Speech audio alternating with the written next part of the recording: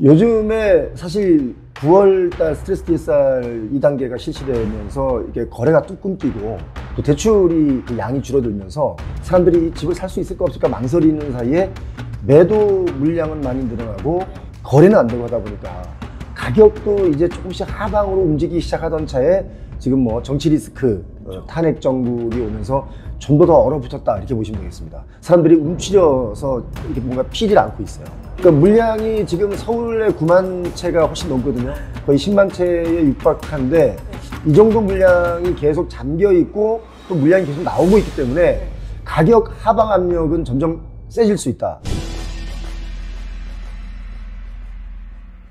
그래서 내년 상반기까지는 하방 압력이 있을 수 있는데 스트레스 DSR 3단계가 내년 7월부터 이제 시작이 될 거다 계획되어 있는 거잖아요. 그런데 그게 여러 가지 그 부동산 시장이 얼어붙으면 3단계를 실시하지 않을 수 있다라고 제가 9월부터 계속 말을 했어요. 그런데 지금 사실 정부 정책이 또 어제 그저께 바뀐 게 하나 있습니다. 대출을 규제하던 것을 이제 다시 풀어주겠다. 그러니까 25년 1월부터는 풀어준다. 그래서 지금 신한은행에서 가장 발빠르게 먼저 움직이면서 대출의 양도 늘리고 전세 대출도 그동안 좀 조였던 것을 좀 풀어주려고 하는 게 있거든요. 이러면 저희가 처음에 예측했던 대로 25년 상반기에는 아파트 값이 좀 하락할 것이다 라고 저희가 예측을 했는데 상반기에는 무조건 아파트 값은 하락할 겁니다. 그런데 대출을 풀어줬기 때문에 또다시 매수세는 좀 살아날 것이다 이렇게 보고 있습니다. 나아질 수 있는 환경일 수도 있지만 지금 여러 가지 글로벌 경기 또 내년 1월 달에 트럼프 대통령이 집권 또 하지 않습니까? 트럼프 2기가 시작되는데 지금 뭐 여러 가지 우리나라에 관세를 많이 물리겠다부터 시작해서 여러 가지 지금 뭐 다 아시는 내용처럼 이 글로벌 경제가 어떻게 펼칠지 사실 안개 속이에요. 이게 안개 속이고 예측 불허이기 때문에 불확실하기 때문에 더 불안한 거죠. 차라리 어둡다 라고 하면 그 어두운 데서 맞춰서 뭔가 움직이기 때문에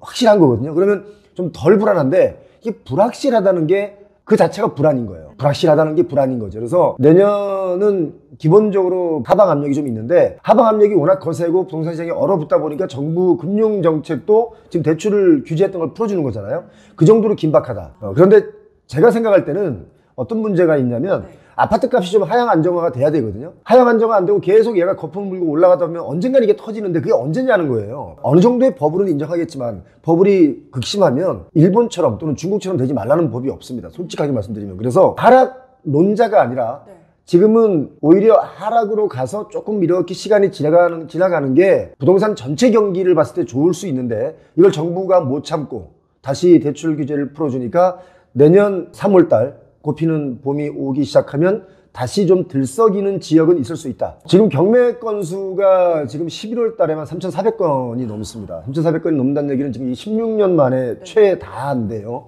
많은 거예요. 그런데 낙찰가율도 보면 40% 선이에요. 서울과 수도권이. 그러면 지방의 경우는 더 낮을 수도 있다는 거거든요. 이렇게 되면 낙찰가율이 낮다는 얘기는 어떤 게 있냐면 소비자들, 그러니까 수요자들이 집값이 오르는 것에 희망을 두지 않는다는 뜻이기도 해요. 집값이 오른다고 생각하면 낙찰률도 올라가거든요. 지금 낙찰가율은 사실 크게 안 떨어졌어요. 80선에서 머물러 있고 그러니까 서울과 수도권 좋은 입지의 경우는 한 90% 정도 낙찰가율을 보이고 있는데 지금 이게 좀 하방으로 떨어지고 있던 차에 다시 또 대출 규제 완화를 한다고 하니까 이게 부동산 시장을 도대체 진짜 죽이는 게 정부가 아닌가 저는 그 생각을 해봤습니다. 연끌족이 늘어나긴 좀 겁이 날 겁니다. 왜냐하면 21년에 연끌족들이 정말 많이 있었습니다. 왜냐하면 불안감이죠. 왜냐하면 지금 못 사면 얘가 더 뛸 텐데 나 지금이라도 뭔가 대출받아서 사야 돼. 이런 수요들이 막 붙으면서 이게 가격이 제대로 된 가격인지 아닌지 따져보지 않고 일단 내가 웃돈을 줘야 내가 살 수 있으니까 막 웃돈을 주는데 그 웃돈을 내가 가진 돈으로 주는 게 아니라 대출받아 줬거든요. 그래서 지금 그게 못 견디고 못 버티니까 이제 막 나오기 시작했고 또 사실 요즘에 시장에 돈이 돌지 않지 않습니까? 그러다 보니까 뭔가 이거를 연끌을 할 수 있는 환경 자체가 지금 아니다.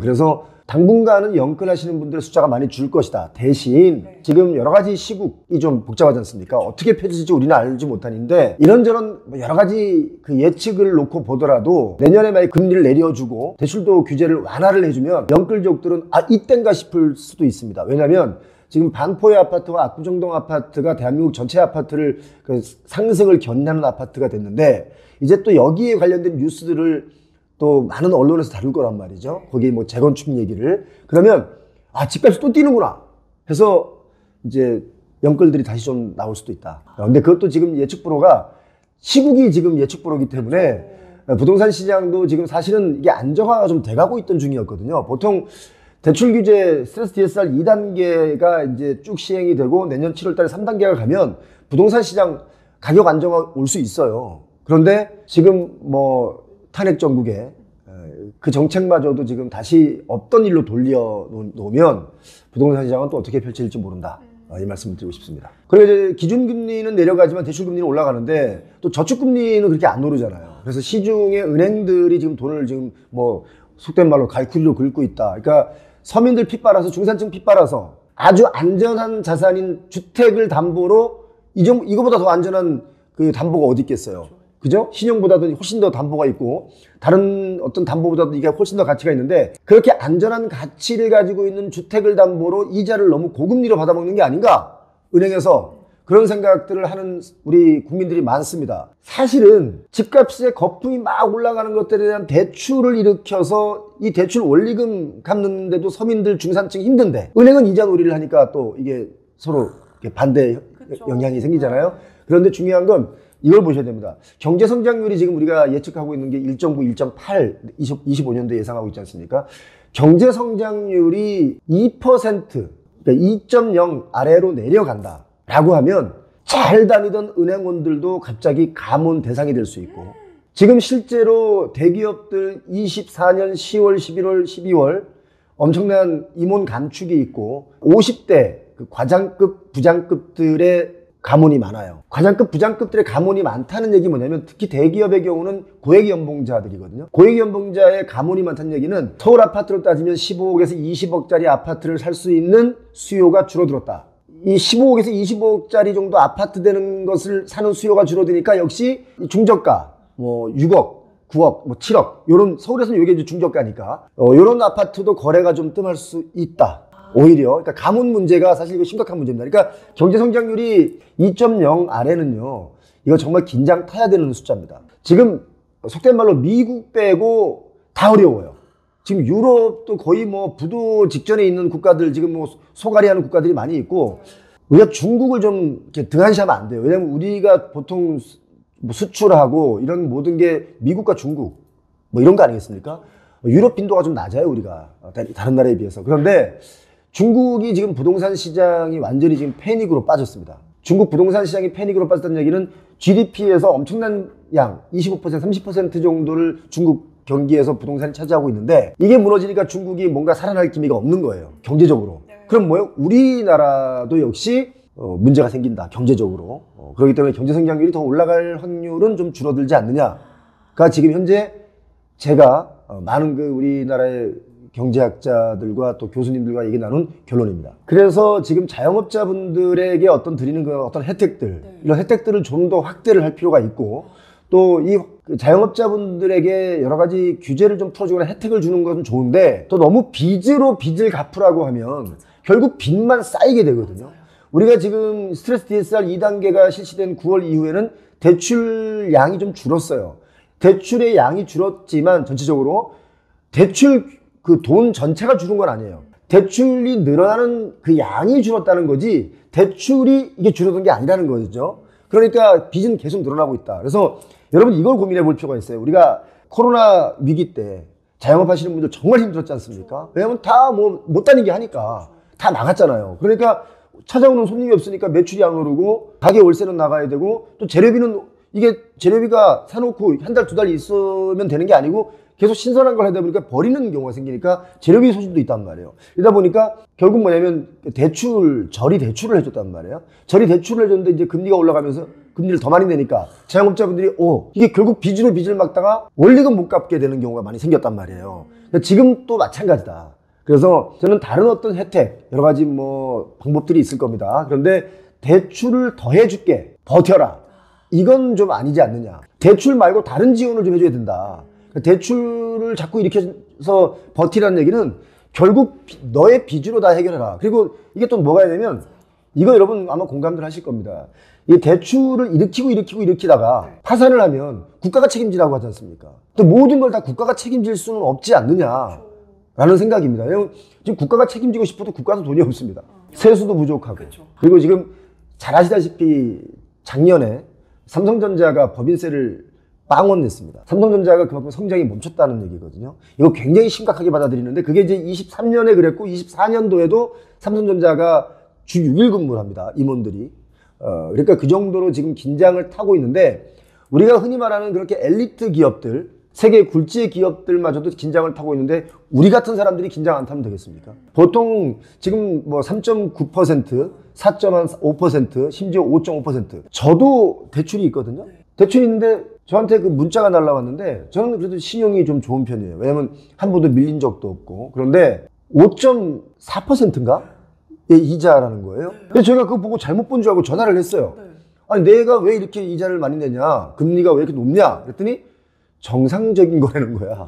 그래서 정말 이게 기준금리가 내려갔다고 사람들은 착각하고 이게 대출금리도 내려갔을 거라고 생각하는데 그게 아니라 이걸 사실 소득이 많은 분들은요 금리가 얼마 0.1 뭐 0.2 이렇게 움직인 거에 대해서 이렇게 민감하지 않아요. 그런데 빠듯하게 이 대출 원리금 갚고 생활하고 뭐 교통비 쓰고 뭐 이렇게 이제 계획대로 이렇게 가계부를 적는 분들은 굉장히 이게 민감하게 다가올 수 있습니다. 그리고 그 특히 브릿지론, 건설업의 브릿지론, PF 이런 것은 0.12% 가지고도 뭐 부도가 날 수 있기 때문에 아주 심각한 상황이다.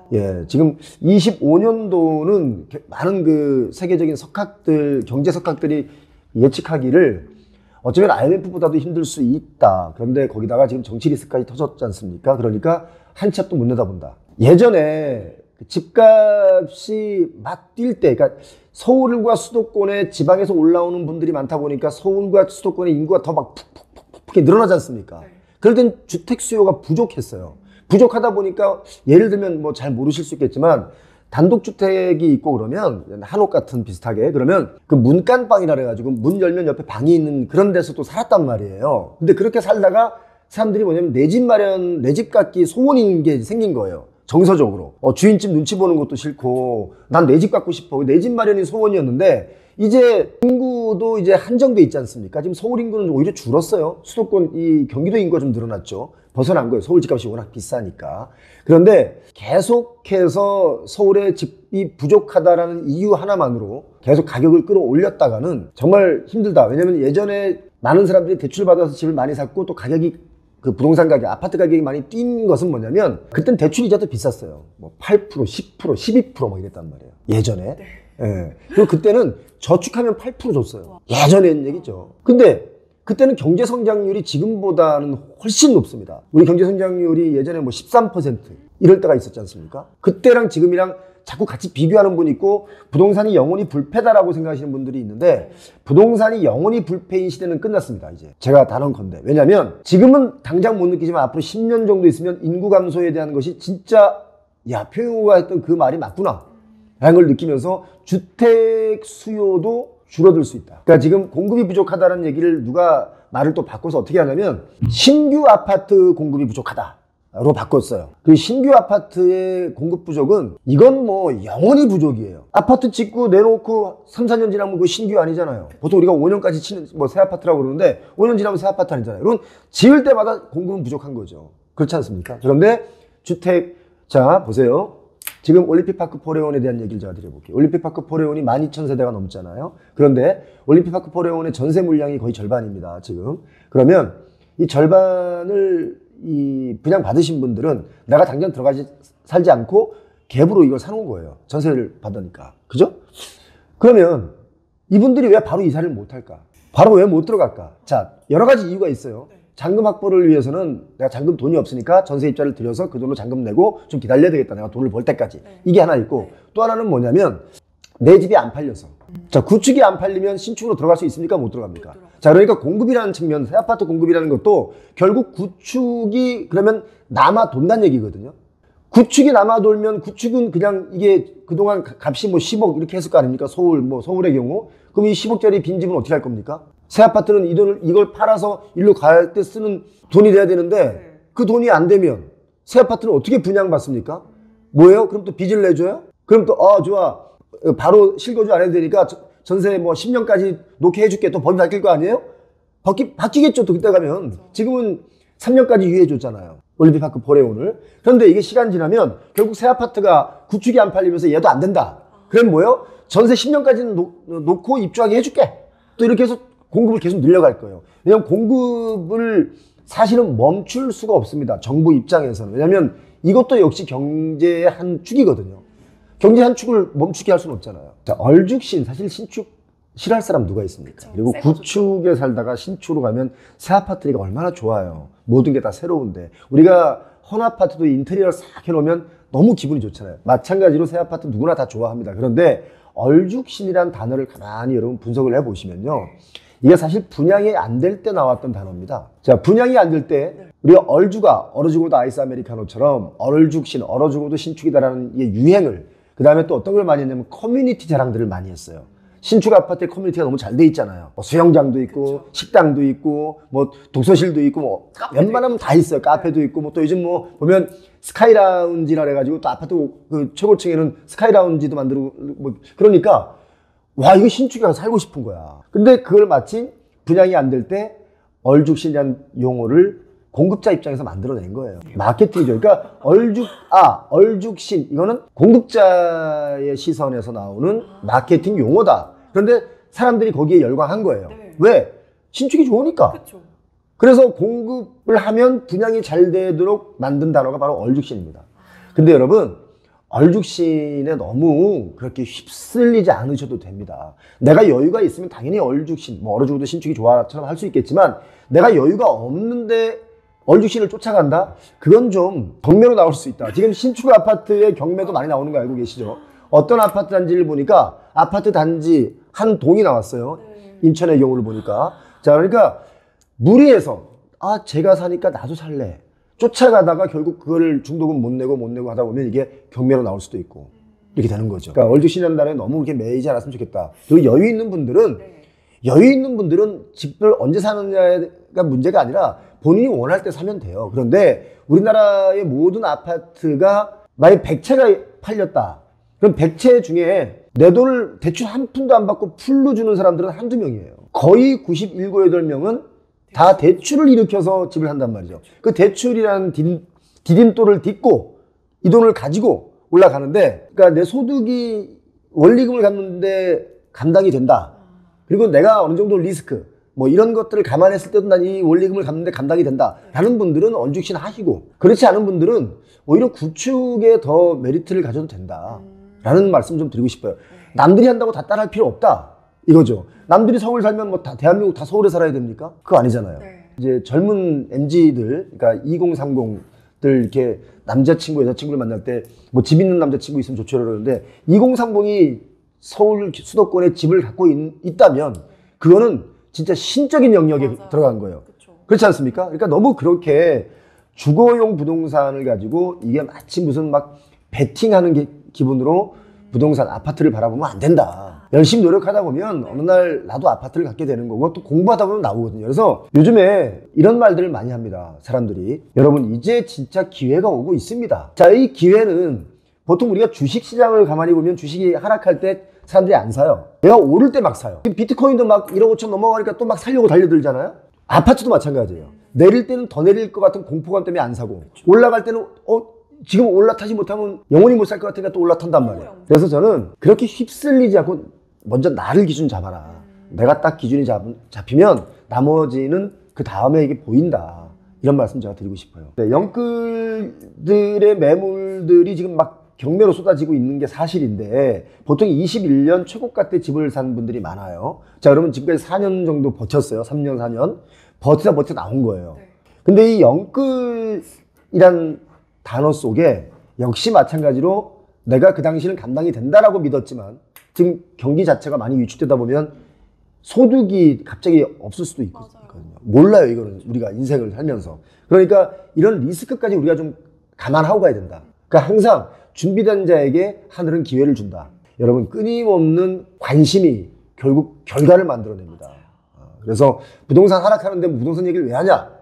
어차피 경제 사이클은 하락과 상승과 하락과 상승과 이 움직이기 때문에, 이런 사이클을 잘 이용하시는 분들, 이런 사이클을 잘 타시는 분들이 결국 부자가 되고, 공부 안 하면 그런 부자 따라갈 수가 없죠. 지금 신도시의 상가랄지 또 신규 건물의 상가들 중에 또 특히 강남권에서도 마찬가지입니다. 강남역, 정말 여기가 가장 핫한 부동산 비싼 지역이잖아요. 네. 여기도 공실이 엄청나요. 병원이 공실이고 강남역의 1층 상가가 공실이라는 얘기는 다른 데는 불을 보도 뻔하다. 제가 사실 이 수도권 또 뭐 경남, 전남 안 간 적이 거의 없어요. 왜냐면 제가 데이터를 공부하고 이게 맞나 안 맞나를 제가 직접 가서 이렇게 눈으로 보지 않으면 안 믿거든요. 그 옛날에 그 김정호 대동여지도를 그릴 때 그 심정으로 제가 대한민국의 부동산이 진짜 이게 맞나? 그래서 제가 뭐 다 둘러봤죠. 세종시의 경우 안 가보면 제가 그냥 거기 공실이 많대 이렇게 느낄 수 있는데 처참합니다. 자, 원주 혁신도시 상가 가보세요. 처참합니다. 그러니까 요즘 특히 이거 잘 아셔야 됩니다. 25년, 26년 서울 강남권에서도 초고층으로 뭔가 막 바람 잡아가지고 막 또 분양하는 거 있어요. 지금 강남에 공실이 많습니다. 지산업센터도 예를 들어서 인구 일자리가 몰리는 지역의 지산업센터는 그나마 이게 갈 수 있어요. 근데 그렇지 않은 지역에 그냥 생뚱맞은 지역의 지산업센터를 아주 대형으로 지었어. 제가 광명도 다 일일이 발품 팔아서 돌아다녀 봤는데요. 네. 거기 공실 진짜 심각합니다. 맞아요. 근데 중요한 게 뭐냐? 지금 많은 사람들이 아파트값 급등, 급락 이런 거에만 관심 갖다 보니까 그런데 상가나 오피스의 그 공실에 대한 문제는 마치 내 문제가 아닌 것처럼 느끼는데 거기에 돈이 묶여 있는 분들은요, 피가 마릅니다. 피가 말라요. 그리고 리스크 관리가 지금은 가장 중요할 때다. 이 말씀을 제가 드릴게요.